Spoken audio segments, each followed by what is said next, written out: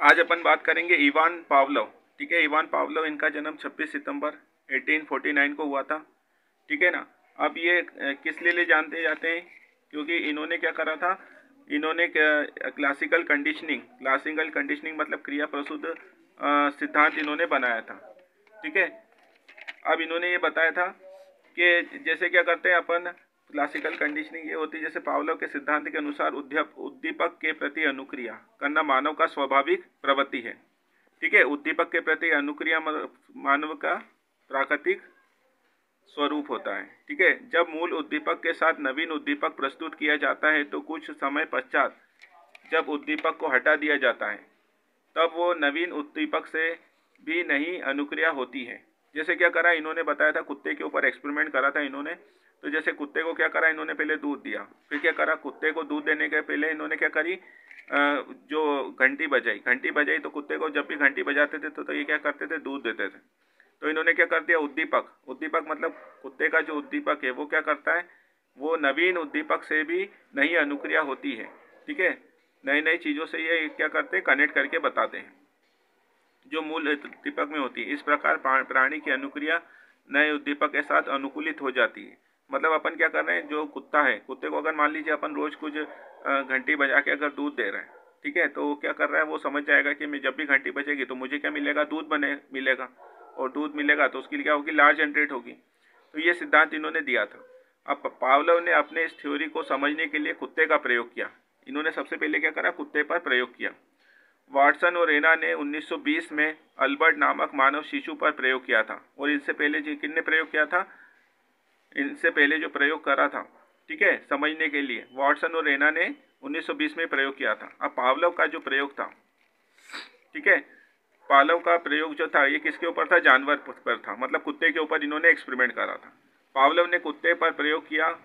उसने कुत्ते को भोजन स्टिमुलस दिया जिससे प्रतिक्रिया स्वरूप उसने लार टपकाई। मतलब इन्होंने क्या करा, कुत्ते को क्या करा, भोजन दिया। भोजन देने के बाद, भोजन को क्या कहा जाता है, स्टिमुलस कहा जाता है। मतलब जैसे ही भोजन दिया, कुत्ते की क्या हुई, लार टपकने लग गई।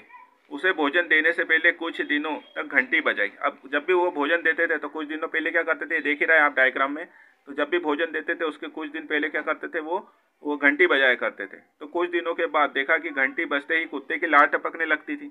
अब कुत्ते को तो ये लगेगा जैसे घंटी बजेगी वैसे मुझे खाना मिल जाएगा। तो क्या हुआ, घंटी बजी तो कुत्ते की लार टपकने लग गई।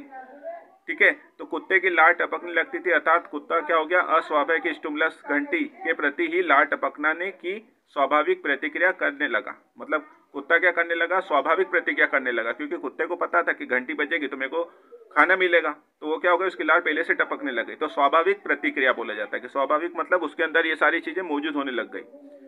संबंध सहज क्रिया भी कहा जाता है। इसको क्या कहा जाता है, संबंध सहज क्रिया। जैसे ये मानव में भी होता है, अगर कोई काम क्या कर रहा है, कोई रेगुलर कर रहा है, ठीक है, तो क्या करता है, वो काम करने के लिए वो क्या होता है, उसका स्वाभाविक क्रिया हो जाती है। जैसे बच्चों को स्कूल में सिखाया जाता है, जैसे बेल बजी तो वैसे खाना खाना है, बेल जैसे ही दूसरी बेल बजी तो वहाँ पे भोजन को खत्म करना है। तो इस प्रकार क्या होता है, ये स्वाभाविक प्रतिक्रिया होती है।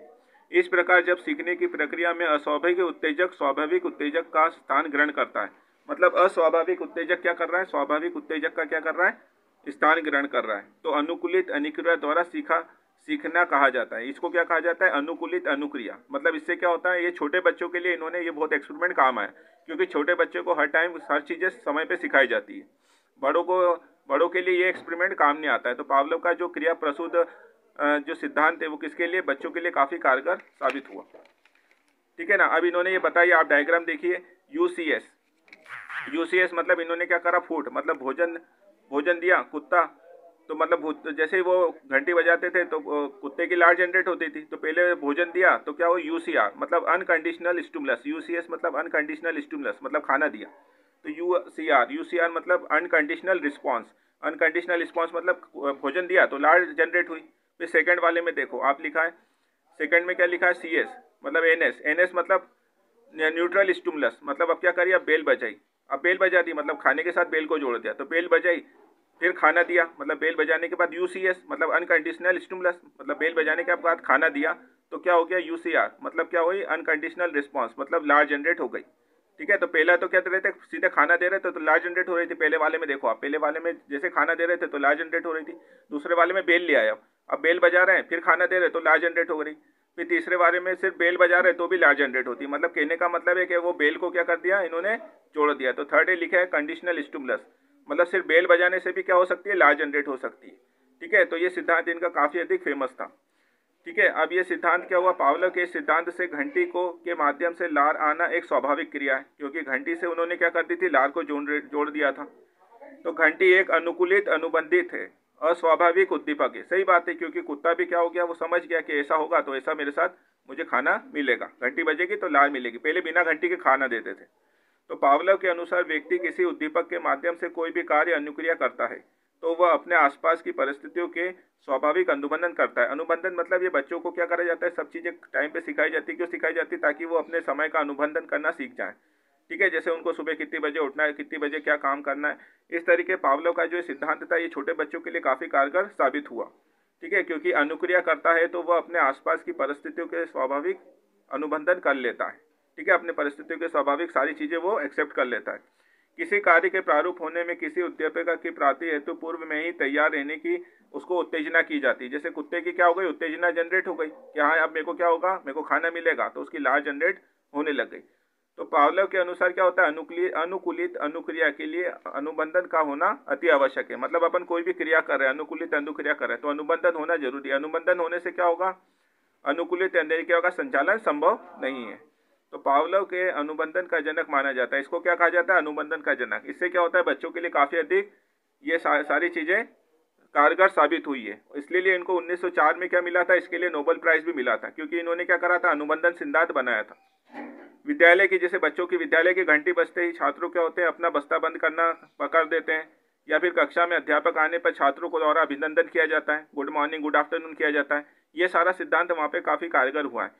किसी प्रतियोगी छात्र द्वारा प्रातःकाल जल्दी उठने पर 5 बजे जो अलार्म बज जाता है, मतलब सुबह अलार्म बज जाता है, और कभी कभी अलार्म नहीं भी बजेगा तो क्या होगी, आदत बन जाती है सुबह उठने की, तो ये सब अनुबंधन कहलाता है।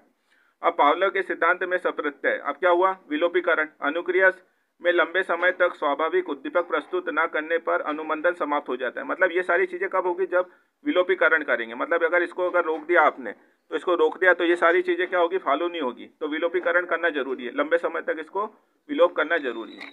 फिर इसके बाद उद्दीपक सामान्यीकरण, मतलब अगर ये चीज़ें छोड़ दी जाएँ तो उद्दीपक क्या होगा, वैसे के वैसे हरकतें वापस करने लग जाएगा।